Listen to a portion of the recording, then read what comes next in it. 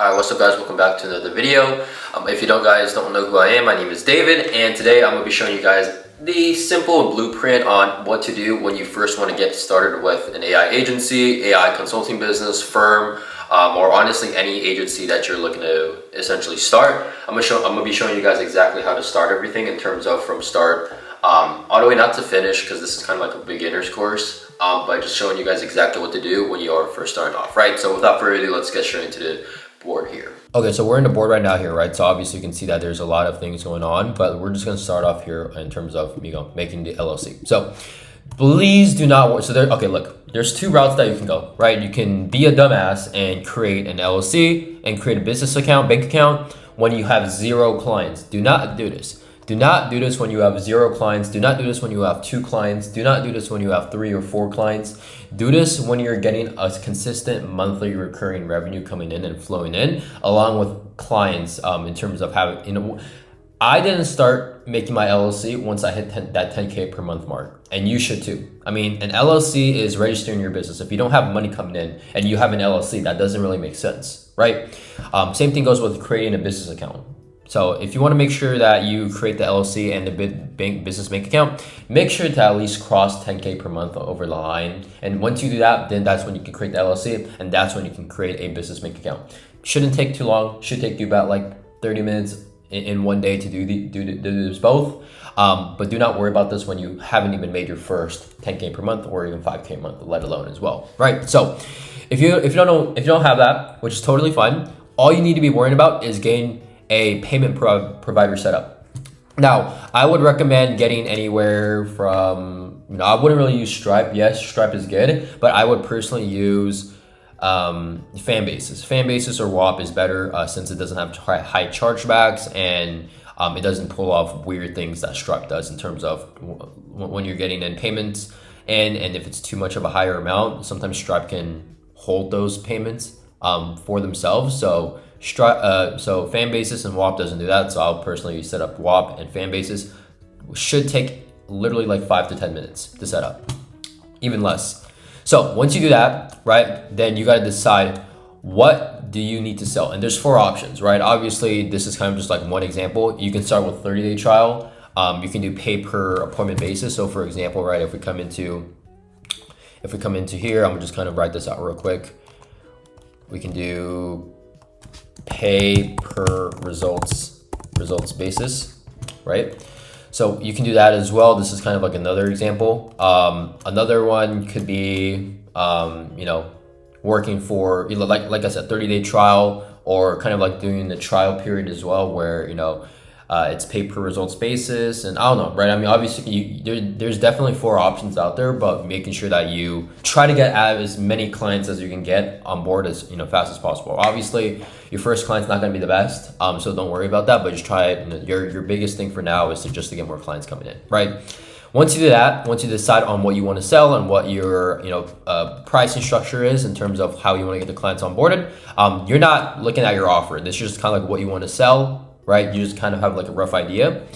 After that, you want to set up your Go High Level and offer, whether if that's another CRM that you're using, HubSpot, Monday, whatever it is that you're using, just kind of set up everything. I would personally use Go High Level. It's not sponsored, by the way, but I personally use Go High Level, and it's working pretty well, right? And every agency owner should be using a Go High Level. So once you do set up the Go High Level, what you want to do is obviously set up your website, optimize it. So instead of just being a website, plain blank website, make sure to optimize it. So when leads click on your website, they have filled out a form. Obviously that form is going to go into Go High Level, so it's kind of like more optimized, right?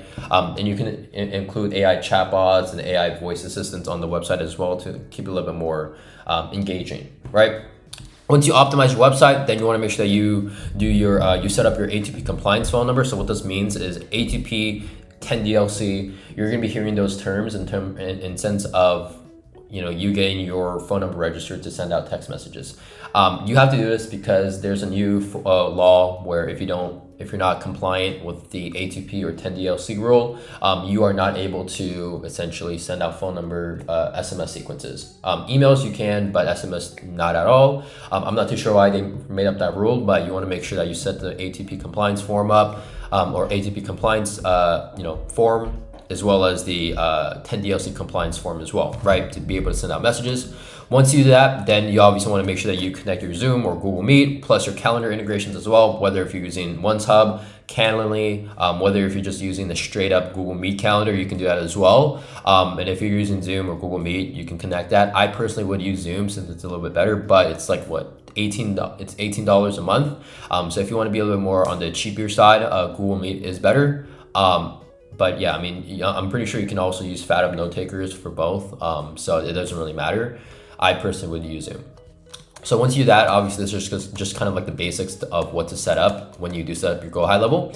Then you're gonna come into studying your niche and understanding your services and offer, right? So this is obviously where it gets to the fun part, where you're kind of like studying your niche. If you just have an offer and if you don't really know what you're selling, and if you don't even know the pain points of the niches and like the people that you're selling to, then it's gonna be a little tough for you to sell, right? Just because you don't really have clarity. It's like you going in blindly. Let's say you play basketball and you're going into like a soccer game, but you've never played soccer before, right? You've never even studied it. You've never even watched film, like nothing. You're going in there pretty much blindly, right? Day one. It's the same thing as this. If you don't understand the offer, if you don't understand the pain points, if you don't understand what they're looking for, what your initial, main niche is looking for, and understanding what their problems are, it's going to be hard for you to sell, even if you have a good solid offer. And if you don't really know how, and at the same time as well, if you don't understand the niche, then you're going to have a tough time explaining your offer because you don't even know what your offer is, right? So I would kind of take some time to kind of like, a few days to just kind of like sit down, and instead of like always building, I would kind of like just study, your niche, understand a little bit more better, and, just kind of go from there as well.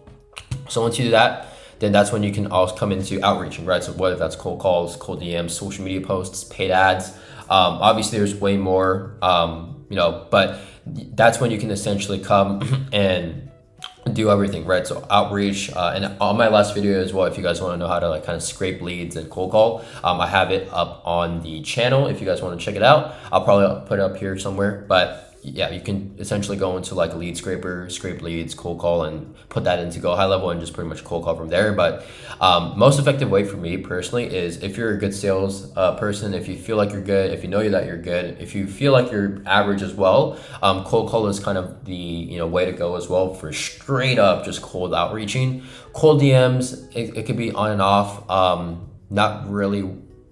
It doesn't really work for me, kind of, but at the same time it doesn't. Social media posts, it does. You want to make sure that you build like personal brand, and I know it's going to take a long time to do that, but the more and more consistent you are, the more people will pretty much get funneled into your page, and kind of go from there as well, right?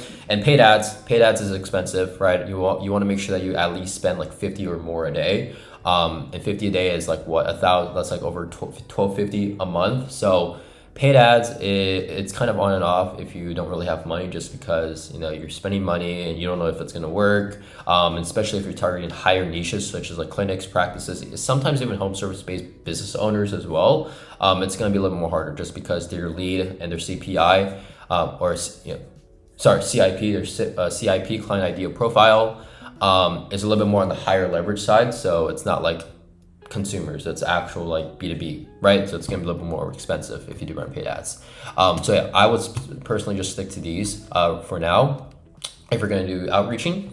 And once you do that, now, like I said, you wanna be consistent. If you're not consistent, whether that's cold calling every single day, cold DMing, what was it? Also, social media posts as well, not posting on social media every single day. You're essentially, losing out on a day, right? And every single day you want to tell yourself, do you really want it? Do you really want to get a client? Like you just got to kind of like ingrain that into your brain. Just because like every single day could be a day that, let's say you don't cold call for one day, but who knows if that one day you set someone on and you close them the next day, right? So you want to make sure that you're staying consistent. Because this isn't about luck. There is some luck into it, but this is mostly about effort and actually just digging down in the trenches.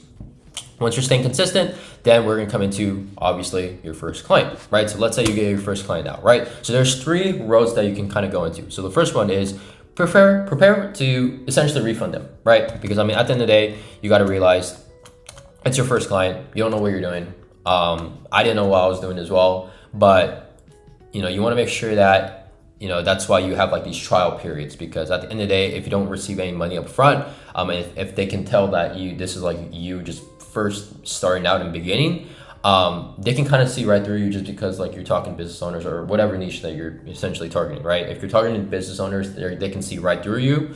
So prepare for a refund. If you haven't even gotten anything at all up front, all you gotta do is just kind of offboard them, delete all their accounts, but that's pretty much it, right? So prepare for a refund, or prepare to kind of like waste your time. I wouldn't say waste your time, but lose some time. All right. Second is obviously the learning experience. So there's some good out of it that can come through. So let's say they ask for a refund. Let's say they don't want to work with you anymore just because they saw that this is not, you're their first client. And you don't want to be like that. They don't want to be like that test dummy. This is kind of the learning experience for you, right? Obviously, my first client was a learning experience. I didn't get a refund. I actually honestly handled that pretty well. But obviously, the client was pretty good. It was a good client to work with as well. He knew. I think he kind of knew I was his first client. I don't know if he did, but obviously at first I didn't really know what to do, and then I kind of like looked at some YouTube tutorials, videos, and I got a learning experience out of it, right? So it's all hand on hand.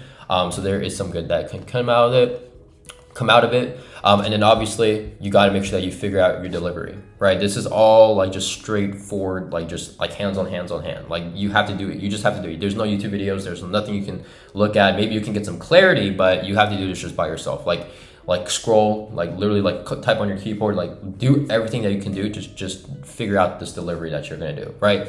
And once you figure out the delivery, and also record this as well, kind of like recording, and that way, obviously, as you scale, you already know what to do. This is just kind of like it's just like a brain lapse moment where you're just like, oh, I already know what to do, like, and it's super simple.